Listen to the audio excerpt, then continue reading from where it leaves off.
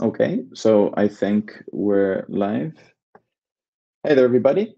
Welcome to another live talk for the Tailwarden. Oh, sorry, I can hear the background.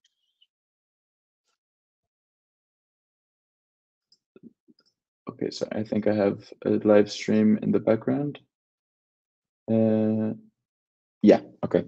Sorry about that. I could hear myself. There was a bit of a loop. Sorry, I can still hear myself. I wonder why. Sorry. So if someone there in the chat could tell me here on Slack if there's an loop. Oh, here we go. Sorry, I had the video open on another tab, but it's all working now. Thanks a million for your patience. So perfect. So let's get things rolling. So just to give a little bit of a roundup of what's going to go on in this event, we're going to start off with a few establishing questions to get to know a little bit about the problem area, to get to know Marcia a little bit better. After that, we're going to move on to Marcia's presentation, which will probably take around 35 minutes, more or less. We're going to have some time for questions at the end after the presentation, so feel free during the talk to add your questions to the chat, which we'll be able to see here. And after that, we will cut it off at around an hour. Marcia has been really generous to give us an hour over time, but we do have that cut off. So thanks a million for that. And before that, we're just going to start off with a tiny bit of housekeeping, just two things to keep in mind. The first thing for the community members who are going to be joining the Commissar Weekly meeting, that's going to take place directly after the live talk that we're having here. So it's just pushing the talk 15 minutes a little bit further than what it usually is. So see you all there for the Commissar Weekly. And the second thing, just a quick reminder that the Hacktoberfest is past the midway point. We still have 10 days left in Hacktoberfest. If you're new to Hacktoberfest, feel free to check out the webinar that Kunal and myself put up on the Tailwarden YouTube channel. You can get started there. But if you already know your way around Hacktoberfest, feel free to head over to the Commissar repository. You'll be able to find all the Hacktoberfest labeled issues there that you can pick up and get working. Also, we're really happy to share that we've shipped the Commissar badges for Hacktoberfest, so which are pretty cool. So if you do get those 4 Hacktoberfest related issues shipped, you're going to get that cool badge. So big shout out to the design team for shipping that. So that's it for the housekeeping items. Now I'm very, very excited to introduce the speaker because I must admit, as a DevRel professional and also as a Spanish speaker, Marcia's work is work that I've been following for a long time. She, as you'll probably see in the presentation, she has a real gift for breaking down complex topics into really kind of like digestible and understandable chunks. You might know her from her YouTube channels, Fubar, and also, if you're a Spanish speaker, Marcia Villalba, where she shares her expertise and general knowledge around cloud topics, serverless architectures, and much more. At the moment, Marcia is a principal developer advocate at AWS, and you can also catch her podcast, which is on technical AWS topics, also in Spanish. But she's also a regular contributor to the AWS news blog and helping us all keep up to date with any AWS launches and AWS topics. So please give a warm welcome. Thanks a million for joining us, Marcia. If I got anything wrong, please let me know. But in your own words, could you tell us a little bit about your background? Well, I don't think there is much to add. You gave a quite good intro. But yeah, I've been doing this for many years. First as part of the community, then I joined AWS. And I've been working with serverless since 2006 when there was nothing online. So that's kind of my inspiration to help everybody to come to serverless and to play around with these technologies. Because when you start in a tech and there is nothing that you can Google, it's quite painful. So yeah, that's me. Yeah. I'm looking at weird angles because I have my camera here and the screen where I'm looking at Shake here. So sorry for that. But then when I'm presenting, I will be looking here. So yeah. Perfect. Yeah, no worries about that at all. But yeah, so whoa, 2006. And how did your like serverless interest get started? Because I'm like AWS Lambda was not a thing in No, 2006. well, Right? it was already a thing. It was launched 2016, sorry, 2006 when I started with the cloud, but yeah, 2016 when I started with serverless. Yeah, because Lambda was launched in November of 2014. Sorry for that. And then the first times with Lambda, there was no integration with API Gateway. I'm a developer, so it was like, I don't care about this thing. This is an ops thing. And then they add the integration to API Gateway, and then it's like, so yeah, it was a revelation how many things you can build with that. But still, in 2016 there was nothing to Google around, so the story still is true. In 2006, when I started with the cloud, there was very little you can Google as well, because everything was starting up. Like the first services were basically starting, and it was hard. AWS had quite little tooling, and yeah, it was. I can imagine. So I like to start from early beginnings. Yeah. And since you're probably the perfect person to ask this, because since, say for example, yeah, AWS Lambda has been around since 2014, but serverless technologies have been around for a lot longer. Well, but the cloud is serverless, as I always say. The first service AWS launches was SQS, and then S3. And EC2. So those are like the first three services that we got more or less around the same time. And SQS and S3 are serverless services. They are here to what we call serverless. It's like no managed infrastructure, pay for how much you use, like high availability, no need to worry about the availability zones. It's just a regional service, and very little infra to manage. So everything is the same principles that we use to mention something is serverless. So yeah, we started with that. And then I think because the way to do compute by then was with virtual machines, started with EC2, but as we move forward, we can see more and more serverless options for compute. And I will be talking about some of them today, not only Lambda. Amazing. But I'm just wondering, if we look at other versions of compute, and especially, like, do you think the growth of, for example, Kubernetes kind of put the kind of broad adoption of serverless kind of or made it less attractive over the last few years? Because I think serverless now is much more kind of like widely spoken about and widely implemented, but it wasn't always like that, right? Well, I think to start from the beginning, serverless is a marketing word. Before that word was invented, it came more or less around the same time with Lambda. Nobody was talking about serverless. They were just using the serverless, the managed services, without really thinking what they were. And now it's more adopted because people are more aware that those services are serverless, and AWS is branding their product with, oh, this is serverless, this is serverless. So you start seeing more adoption of that. But the idea of managed services is something that has been as old as the cloud. For sure.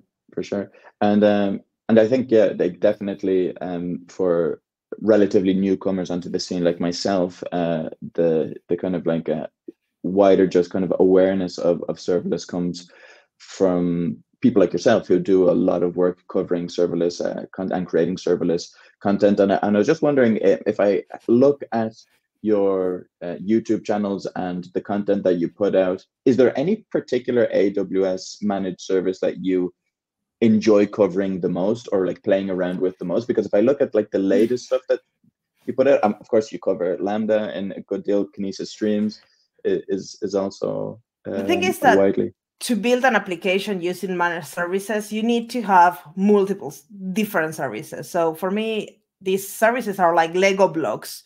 With one Lego block, you cannot build anything. So you need many of them. And sometimes you need the same many times. So you might need many Lambda functions. Sometimes you might need different shapes. So you might need a Kinesis here, a Lambda here. You might need a Dynamo table. And with all these different building blocks, you will build your application. So if I say, oh, I love Lambda, yes, I do love Lambda, but with Lambda alone, you cannot solve your problem. You need different integrations, you need different services to help you to move, like to get those requests if you're working with HTTP, or to capture the events, or to process the data like coming in your data stream pipeline. Lambda is very powerful as a compute, but it needs other things to solve the problem. So it's hard to say, I can only keep this one to solve all my problems. No. And that's one of the biggest challenges when customers are facing serverless development for the first time, because they realize that in order to get started, they need to learn 4 or 5 services. The thing is, I teach in university the course of serverless in a couple of universities, and I always tell them the same, that the starting curve is quite fast because these services are quite simple. So yes, you might need to know many services, but it's just basically how to do hello world in many services, and you can get started building quite cool applications. Sure, to get to a production, super performant, amazing app, you will need to deep dive. But that happens with everything in life. But if you want to build your simplest Kubernetes application, that's another challenge, and it's even harder. So yes, it's more services, but AWS or the cloud itself will take the heavy lifting for you. So it's just basically, oh, well, I need to know that I need event bridge if I want to do events, and just create a rule.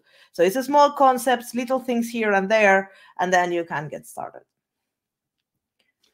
Yeah, I kind of realized when I asked that question that it's kind of like asking like an Italian chef, hey, what's your favorite ingredient to cook with? Like, they're never going to say, oh my God, like pasta. Like I would just serve people pasta and I'm happy with that. No, like a plate and a recipe, you need a bunch of different ingredients for it to be worth your while. Not many, but some important ones. Some important ones, exactly. Well put. I'm just wondering, just for the people who are like interested in going a little bit deeper, and also we have a few people here in our community who are also content creators and like writing blogs and writing technical content. Could you tell us a little bit about the AWS community builder kind of tracks, and especially like the hero tracks that come afterwards? How do they kind of like relate to like developer relation roles, if they do at all, or what does a content creator need to do to apply for those, for example? Well, the only one that you can apply, well, besides the career at AWS, that's a shop, so you can always apply. But sure. In the community programs, we have the community builders, as you said, and then we have the AWS heroes. So the heroes you cannot apply. So that's something that AWS will need to find you and will do an internal review process, and if that's approved by multiple parties, then you will be considered a hero. But the community builder is a program that is amazing for content creators. You just we have 4 times a year an open application where you can go and apply for it, and basically you need to show that you are creating content related to AWS, either blogs, Instagram, YouTube, TikTok, whatever. It doesn't matter. It can be open source, it can be you teach at a university and you have 1 million people that are like watching those courses. But you need to prove that you are doing content around it. And then that gets reviewed. And every quarter we approve a lot of people. And well, there's different tracks, as you say. It can be serverless, it can be DevOps, it can be databases, it can be, there is multiple tracks, and you need to choose which one you are interested in. And yeah, so stay tuned. Usually DevRel, that is the team, the marketing team for developer advocacy in AWS, will be sharing these dates when this is open. So as many people as possible can enroll. And you get a lot of perks. You get discounts in some of our major events like reInvent that is coming up. You get credits to play with AWS. So it's basically free unless you do like production workloads, but it's quite a lot of money. You get a lot of swags, you get access to the product teams and some things that are not even released. So we ask you feedback. We want to help you as much as possible. We give you internal talks and things that are not available to the broader public. So it's quite a nice program. Perfect. Thanks a million for that. So moving on to the talk and to the context around the talk that you're going to give us. If I'm not mistaken, I've heard you speaking before that when it comes to implementing serverless, rarely we're talking about companies starting like an application from scratch, like a greenfield application, and most times there's some sort of migration involved. Is that why this particular talk that you're going to give is so relevant in your opinion? Well, migration is something that we cannot avoid. Sure, as engineers, we would love to start greenfield always, but that's not the case.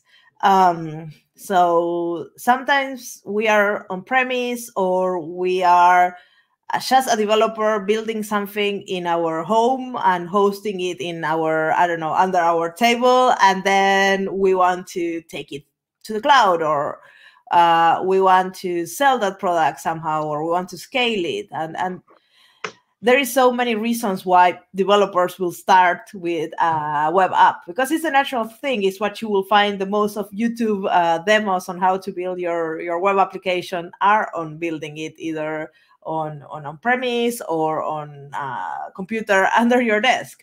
So then how you put this in the cloud in a way that it can be production ready, and it doesn't cost you much, because that's something, at least when I was thinking about this talk early on, is there is a lot of workloads that people don't want to pay like a fee for having it running. Maybe it's just they are playing with this, or they are just launching a product and they don't know if this will be like something that will go big, or is something that they are starting and they are developing and they just don't want to pay for a big fixed amount. So serverless is kind of a tempting situation, that you can have a web app doing all this kind of interesting compute, but in a way when you're not using it and you don't have any traffic, it costs you zero. And it's like, oh, how you can do that, and how I can still get the benefit of having this web application that I can locally test, that I can run it in my own computer. Is that something that is even possible without really refactoring my whole application to be like 1,000 Lambda functions? So the origins of the talk is somewhere there, because that's something I hear a lot from customers when I go around and chat with people, like, what is your biggest challenge to start with serverless? It's just, I know just how to do web apps. and you still yeah, can it's do kind of it like, yeah, I know it exists, but exactly. Can I really do it? Yeah. But again, this talk will guide you through a lot of services. So that's part of the serverless way. Everything is a different service. But after you learn more or less what the services are, they're pretty straightforward to get started. Perfect. So speaking of the talk, can't wait to jump in. So if it works for you, we can get things going. Good. So I already give the intro here. So I want to start this talk with a little story from my own experience. So this talk came from speaking with customers, and it also relates to my first encounter with serverless. Because I didn't know how to do migrations. This was 2016, as I said, and we have to migrate this application I have been working now for a couple of years. It was traditional microservice applications hosted in little containers in the cloud, and we didn't know how to do that. So instead of just doing small strangler pattern, refactor little by little things. We just stop everything for 9 months. We rewrite the whole thing. And then 9 months later, we opened that to our existing customers. We did the transfer of the domains, and flood of customers came in, and we cried a lot. So it was very, very painful. So I think sometimes this idea of, let's refactor everything, we know that it's not the right strategy. We know the strangler pattern is the right strategy, migrate little by little. But then if you're not in the same ecosystem or in the same, in the cloud even, it's very hard to do the strangler pattern. So the idea of lifting and shifting without touching your application as much as possible, have traffic coming in already, and try that serverless approach and getting in the cloud as fast as possible. And then little by little start peeling those pieces and migrating your application to obtain the 100% benefits of serverless that, well, with lift and shift, you will not get it, but you will get a lot of the benefits. So that's kind of the way we are going. So we are focusing on the lift and shift.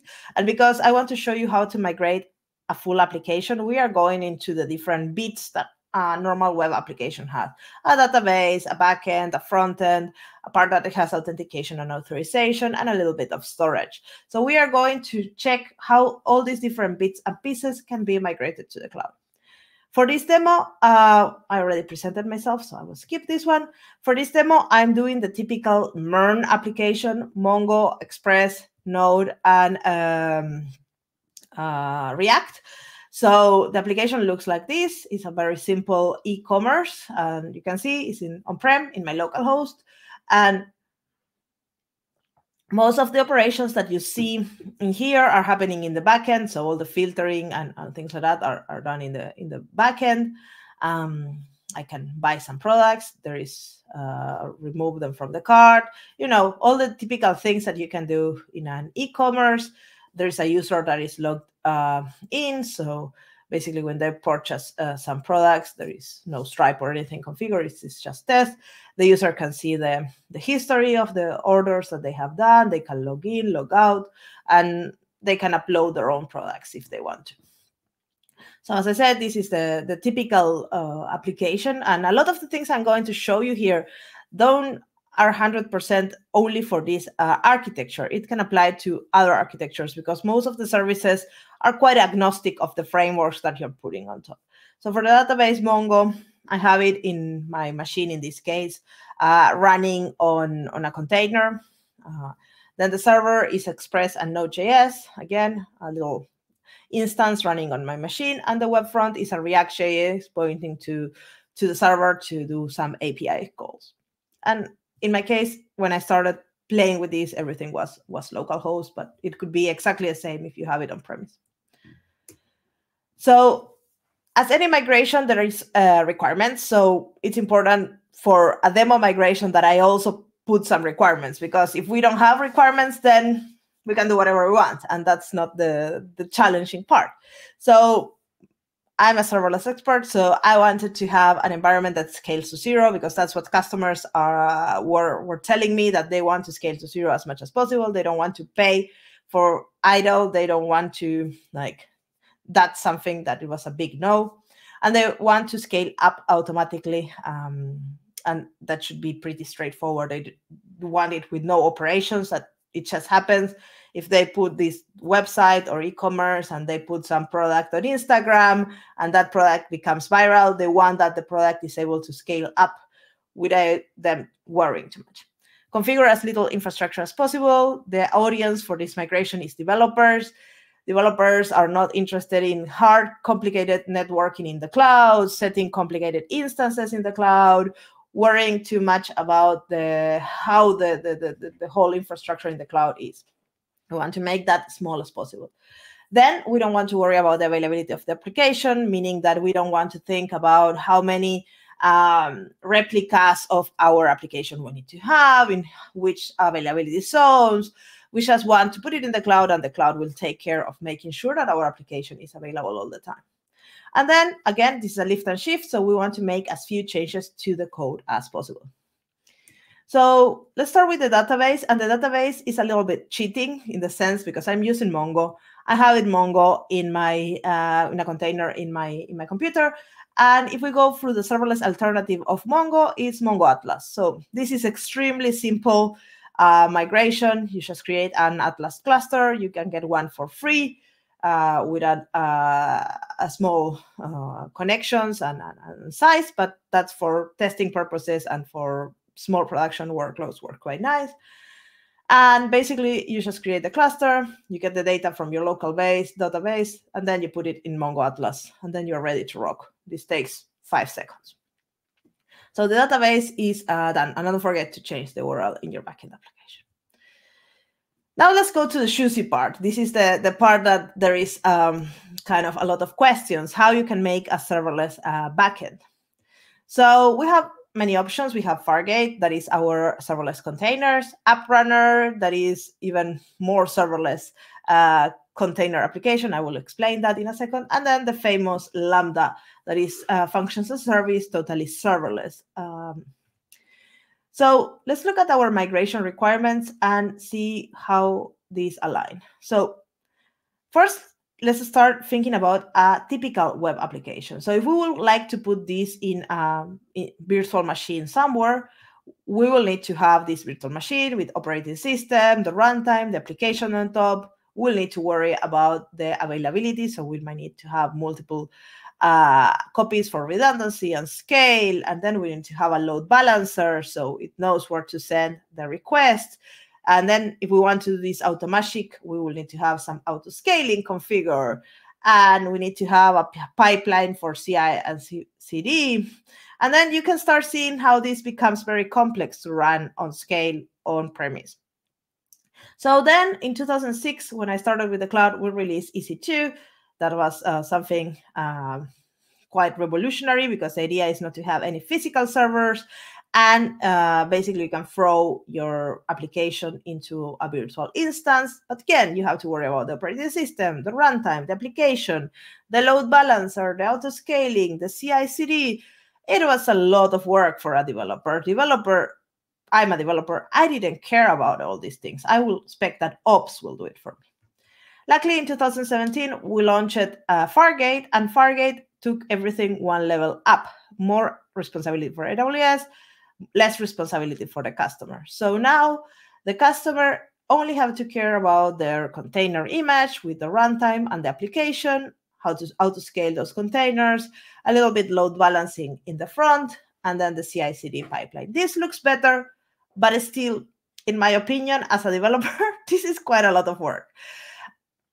And then in 2021, we launched App Runner. And App Runner take everything one notch up. More responsibility for AWS, less responsibility for the customer. And I'm all for that.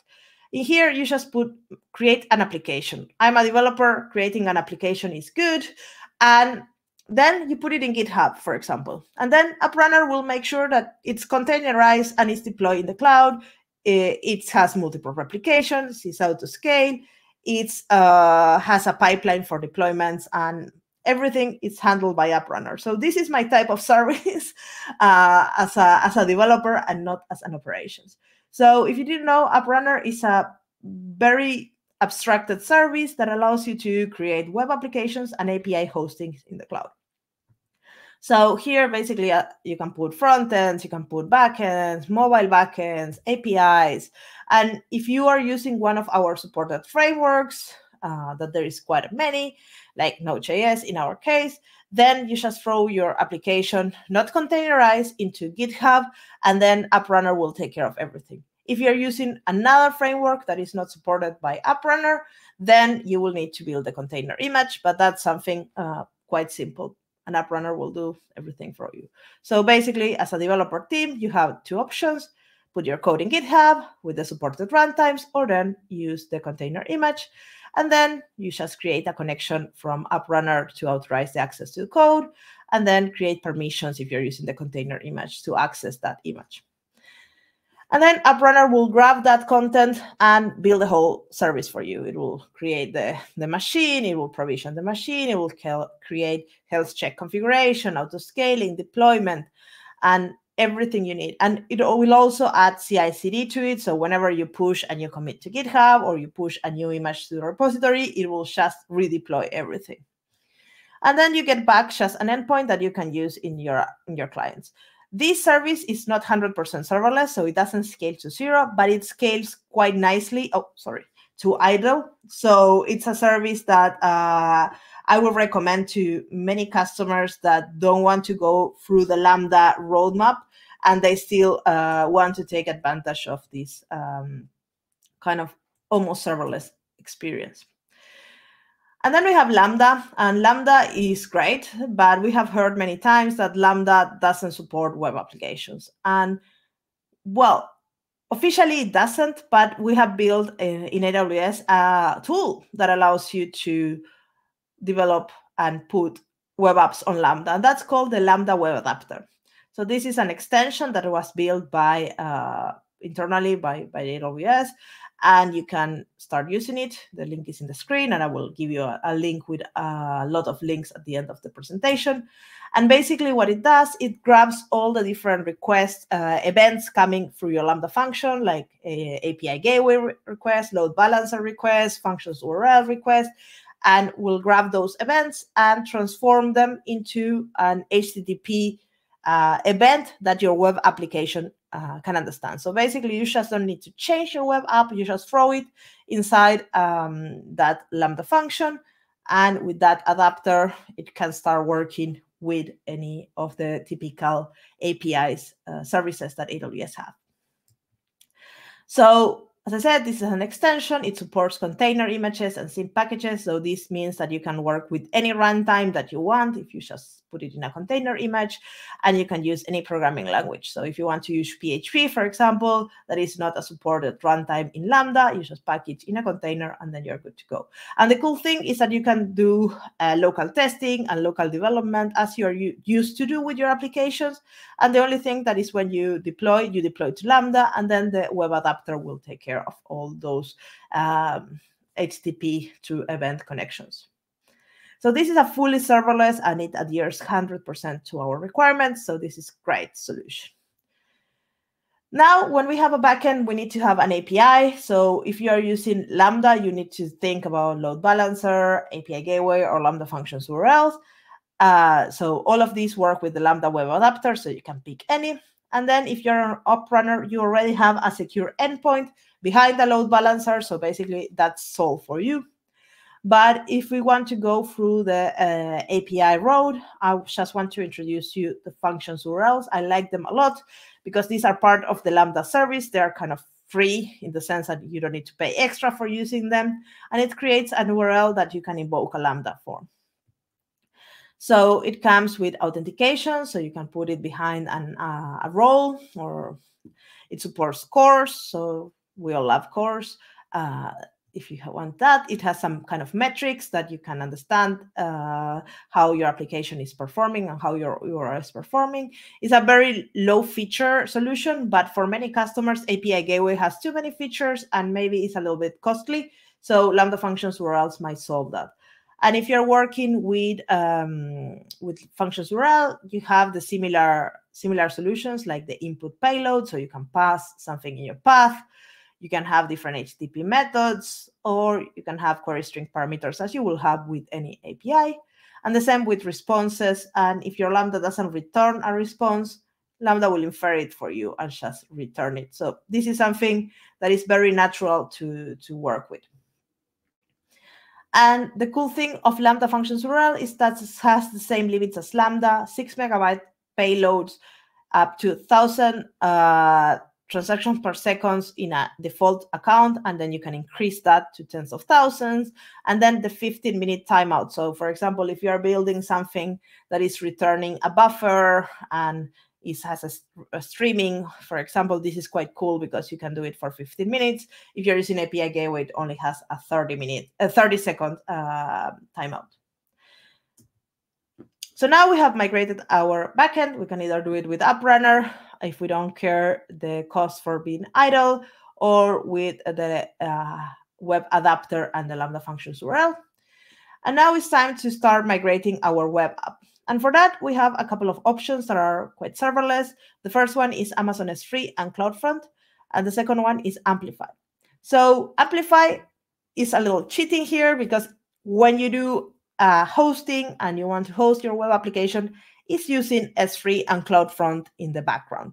So for this particular example, I will show you Amplify, because it not only hosts your application, but it also allows you to build it. So it has quite a lot of features to build front-end applications. It has a lot of libraries that help you to connect to your backends.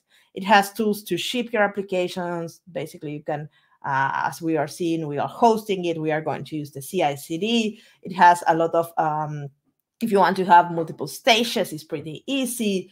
You can connect it with your GitHub, and whenever there is a new commit, boom, it will appear and deploy your application. And then you can always extend it with AWS CDK. So the services I'm going to show you here, as I said, are the hosting, how to host your application. Basically, Amplify will host it using S3 and CloudFront in the back, but you don't need to know anything like that. And then the continuous deployment, that is a very important feature for any developer. Just push your code to GitHub, do a new commit, and that should get reflected in your in the cloud somewhere in your stage that you're working. So this is how Amplify looks, and this is how the CI/CD looks for example, for my main branch. You can see that there is 4 stages, and you can basically add test, you can add different configurations on the dependencies, and do all kind of interesting things in that application. And if you want to have multiple branches connected to different stages, you can do that easily. And also it allows you to have, for example, preview for pull requests and quite a lot of interesting things. And if you want to create an application with CDK, you can do it with infrastructure as code. It's very simple. Just configure the GitHub repo, then set up the environmental variables. So your front end is totally agnostic of your backend. And the way that you are kind of connecting these two is with environmental variables. And then choose the branch on the repo that you're going to be attaching to this stage. And boom, you're done. And then in your front end, the only change that you need to add is to create a file called Amplify YAML that will basically connect those environmental variables from Amplify to whatever is on your React application. And that's kind of the connection between the cloud infrastructure, that backend into your front end, and your front end can be totally agnostic of what is going on in the backend. And those environmental variables look something like this in Amplify. And the cool thing here, you can see in the side that it says branches. So if you have multiple branches, you can have different environmental variables for the different branches. So different server ID, for example. So now we have migrated the front end, and then we are done, or not. We are not. There is some issues. So this is how our application looks. You can see the URL. We are in Amplify. This is hosted using Lambda Web Adapter, Amplify, and the database is in Mongo. So I will log in with a user that I migrated. It should be working. And let's see what happens. I'm not logged in. What happened? Does somebody knows? Well, it's a quite simple case, this one, if you understand how Lambda works.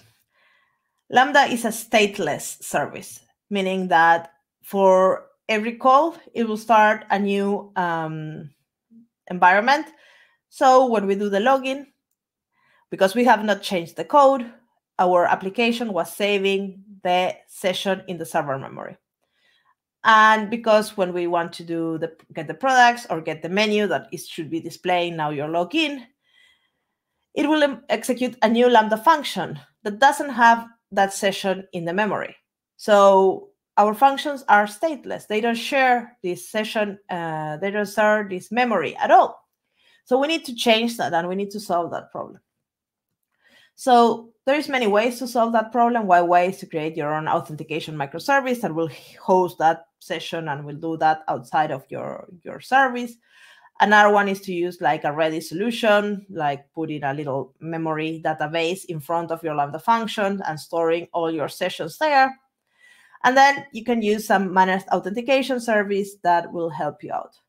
The problem with the first two is that they don't adhere to our migration requirements, and they make it a little bit hard because we will need to worry about the availability. This ready-like solution is not serverless, and if you create your own microservice, I don't know what you're going to do, but maybe you need to worry about the availability. Well, there's a lot of changes in the code that you will need to put. You will need to configure a lot of infrastructure for these both solutions, and in some cases, the solution that you come up and the Redis-like solution might not scale to 0. So if we go through the managed authentication service, the kind of alert there that we have is that we will need to do changes in the code, but then the rest will adhere to our migration requirements. And the changes to the code are my favorite type of changes. There are those changes that we are removing business logic, and then we are relying on someone else to handle that. So for example, we are going to remove the whole login, logout, create new users, manage password, and all that from our backend. And we are going instead to call the managed authentication service. This managed authentication service can be anything. There is many online, and I will be using Cognito. That is the AWS one that comes extremely well integrated into all the services I'm going to show you, and it allows you to create users, to log in, to log out, to register, to manage password, and then to give permissions to the different AWS services. So basically, Cognito has two big features, what we call the user pools, that's the directory, and how to manage those users. So it will allow you to create and handle those users. What happens when the user forgets the password? What happens when you want to validate that user with an email or with a phone? Or what happens when they want one-time passwords? Or what happens when you want access tokens or things like that? That's all handled with the user pools. And then the identity pools are very interesting, and that's very unique from an AWS service or for a managed authentication service that allows you to get temporary credentials to AWS.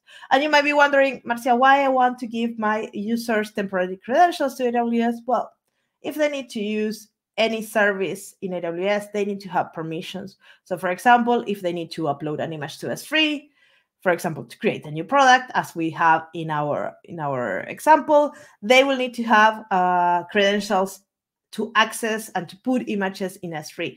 So you don't want to make your S3 bucket open. You just want to give permissions to those logged users to be able to put images in S3. So we need to change this in the backend in order to remove that extra logic that we have now. And then in our frontend, that instead of calling our backend, for example, for login or for logout or for creating a new user, it calls Cognito. So here is, for example, an example of how our frontend will look. So now we will be using the Amplify library that will do the authentication. And this is using Cognito. Basically, you just auth.signin, and then you pass the username and the password, and it will go to Cognito. It will check that this exists, and it will just say, hey, here is the user is successful, and we're good. So now we are ready or not. Let's upload a new product and see what happens. So let's upload a new product, and my image is not uploading. What is going on? Well, this is another perk of Lambda. So when we had our original application, our images were stored inside our backend in a folder called uploads. That's quite a normal way of doing this type of applications. If they are small, it's maybe not the optimal, but it happens quite often. Then we grab our backend code, we throw it into our Lambda function without changing it. So now our uploads are inside of our Lambda function. That's why we can see all the images like perfectly, because they are there, they are being loaded. The thing is that when we upload a new file, we cannot change our Lambda functions. Lambdas, after they are deployed, they cannot be changed without being redeployed. And we don't want to redeploy our backend every time there is a new image uploaded. And then also there is a limit of storage in the Lambda functions. We can go up to 10 gigabytes, but that's a lot of images. So for this, we have a couple of solutions. We can put an elastic file system, and then we don't change much of the code. Or then we can go through the Amazon S3 CloudFront solution. The file system is quite simple to use in the sense of the code, but then we will need to do some availability management. And then we need to configure infrastructure, because that's not pretty simple to use in the infrastructure part. But then if we go through the Amazon S3 and CloudFront, the infrastructure is very minimal, but we will need to do some changes in the code that instead of using a file system, as we are using originally to have this upload folder, we are going to use the storage services like S3. So here we are planning to store our images in S3 and then use CloudFront, that is the distribution network, to make sure that these images get fastest to the customer. So CloudFront is a distribution network, content delivery network that has over 300 locations all around the world. And it works very simple. For example, imagine you have a customer in Australia, but your application is deployed in Ireland. If the customer comes from the first time to your application, or a customer in Australia comes for the first time to your application, they will have to fetch that image from Ireland. And that will take a while, because it doesn't matter how much performant everything is, there is still the latency of being in the other side of the world. But what CloudFront does, it will store a copy of that image, for example, in their local endpoint in Australia. So whenever that user comes again, or another user in a similar location, then they will have that image ready for picking up in Australia. So this will be super fast. And we want to have fast responses, because first, it's cheaper, and then it also makes our customers happy. So then we need to modify a little bit our front end in order to use this CloudFront S3 solution. Basically, when an image is uploaded, put it in S3. And then when an image is displayed, we want to show it from our CloudFront distribution. So here we are uploading an image. So you can see that we are using, again, the Amplify library that will connect to S3 to put this image in a particular file that in a particular bucket that we configure.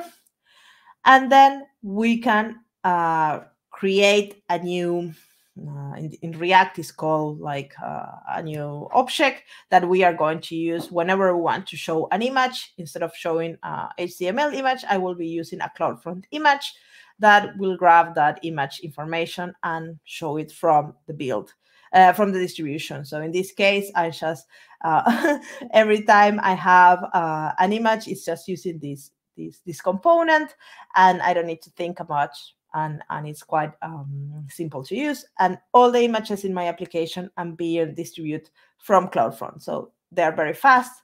They're cheaper for me to maintain, because the connections from CloudFront are way cheaper than to connect to S3.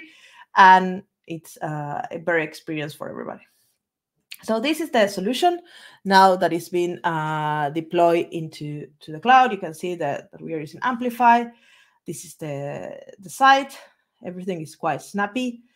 This is real time, so you can see how it works, except the typing that I'm just picking everything up here. I'm registering a user. Everything else is on real time. So I'm creating a new user.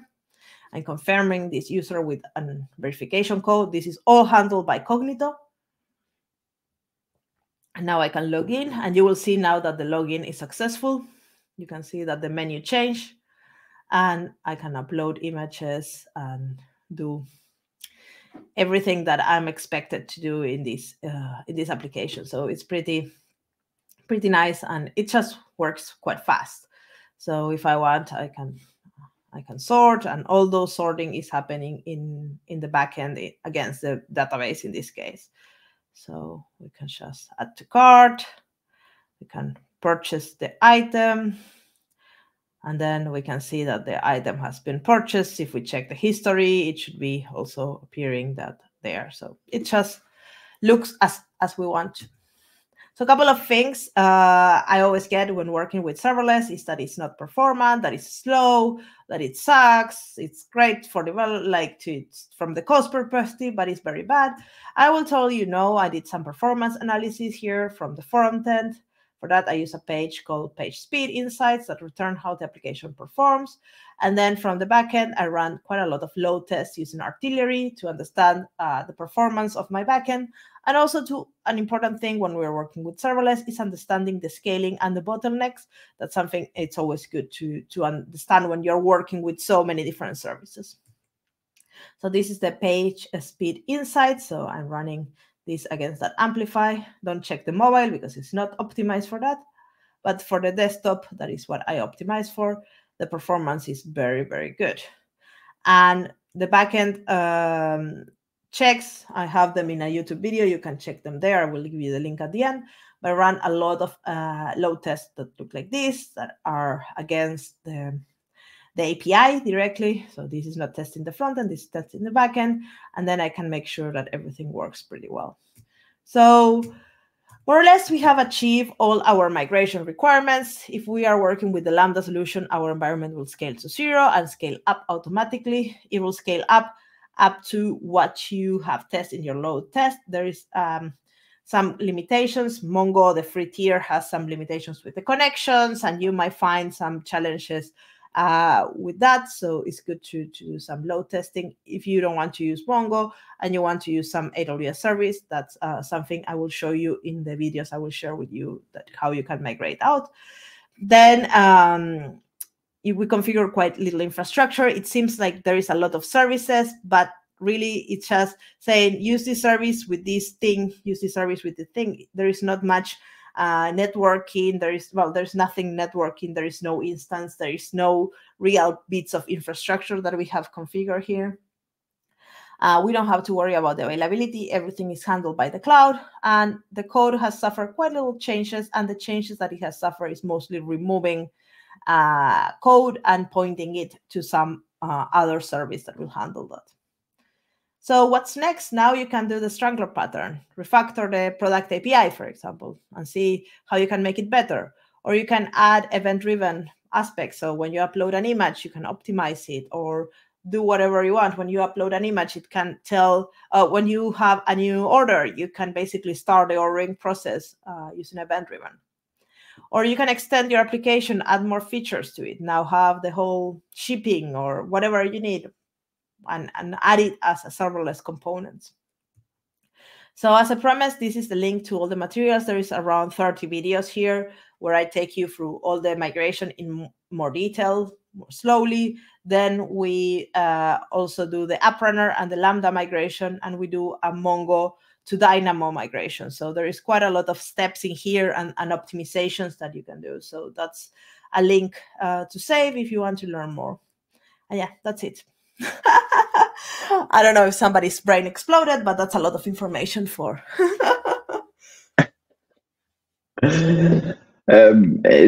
My brain didn't explode. It was a lot of information, but as always, very clear, very succinct. Yeah, it follows a really, really interesting, logical kind of track, and it's really interesting to see the potential options and why you end up going with one service or another, because there are a bunch of different configurations that you could do to get your node app lifted and shifted.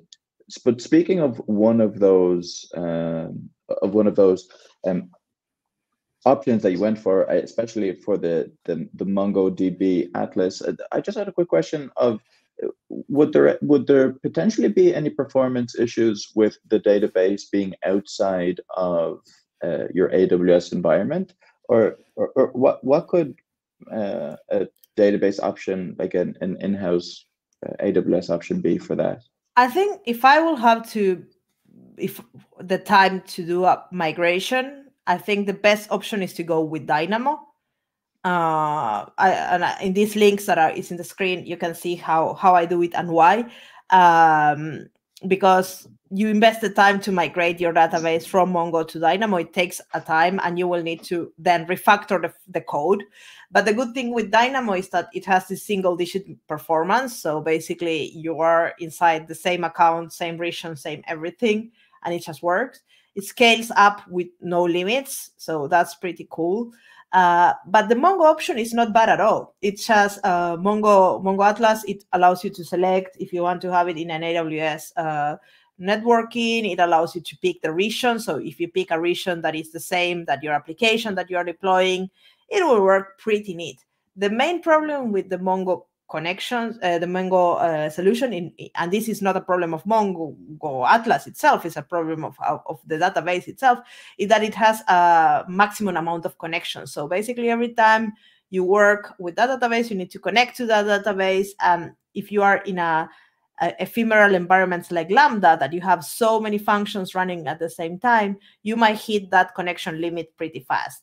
For the free tier, it's like 40 open connections, and you might need to, if you want to run this in production, you might need to have more connections. So you might need to start paying just for having those connections there. So that's, I think, is one of the biggest limitations. But if you are, for example, in the App Runner solution, then that's not a problem for you, because App Runner will be one connection per instance, and that's it. So zero problem, and it just worked perfectly. And the performance is nice. Mongo Atlas is an amazing service, so why to break your brain doing unnecessary migrations until you need it? Yeah, no, and to be honest, I even think a Tailwarden. I'm not sure about the latest, but I think we still use MongoDB Atlas in the backend for our enterprise offering. Yeah. I remember one thing, and there's actually a blog that I wrote about this around some latency issues that we needed to work out with which I think came from hitting the limit of those connections, as you mentioned. But cool. Thanks for that, and good to know that that there is an optimal way to do it with fully managed, like just all AWS managed services. Yeah. I'm aware and mindful of the time that we have left, so I just wanted to quickly end off with two questions, if you don't mind. The first Sure. one being like around the future AWS serverless offerings, or to be honest, it doesn't even need to be only serverless offerings for AWS. But what in the future are you excited about? I saw recently a video that you put out around playing with Bedrock, Yes. which I think is a serverless generative AI service. That seems pretty cool. That's what everybody is into now. At least for re:Invent, now is coming in November, our major event. I have a talk there that I'm very excited about it. That is how to automate some workflows, like my daily workflows. I work a lot with videos using Gen AI, and well, Bedrock is quite a cornerstone of that. For developers and for serverless lovers, Bedrock is awesome because you don't need to worry about provisioning anything. You don't need to train any models. You just use it from your applications with an URL, an API, and boom, you pass the parameters, you pass the prompt, and then you get a response. And that's like really, really cool. So that's something I'm very excited about, to build cool applications with generative AI and add more artificial intelligence into my applications. But for me, at the end of the day, it's always about building applications. AI is cool, but it's just a tool. So services like that are cornerstone, API gateway, Lambda, event bridge, and step functions are still the core of most of my workflows. And no matter what trend is on top, I will be using a lot of those. So that's a good thing about trends, though. Like if you're into playing around and just trying out new things, you're never going to be bored. Oh no! So and you learn a lot in the way. Exactly, that's true. So yeah, my last question is kind of like two-pronged. First of all, is what is it like? What goes into your day of being a principal developer advocate, and secondly, what's your productivity function? Because you put out so much content. Like, to be honest, I don't know if like the what you do on your personal channels is part and parcel of your work at AWS, or is that something that you do at the site? But even if it's part of your work, you put out so much. You're very productive. So, what's your secret? How can we learn from you? I don't know. I've been doing this for so many years, but yeah, the AWS developer advocates have two roles, as we call inbound and outbound. So this is outbound.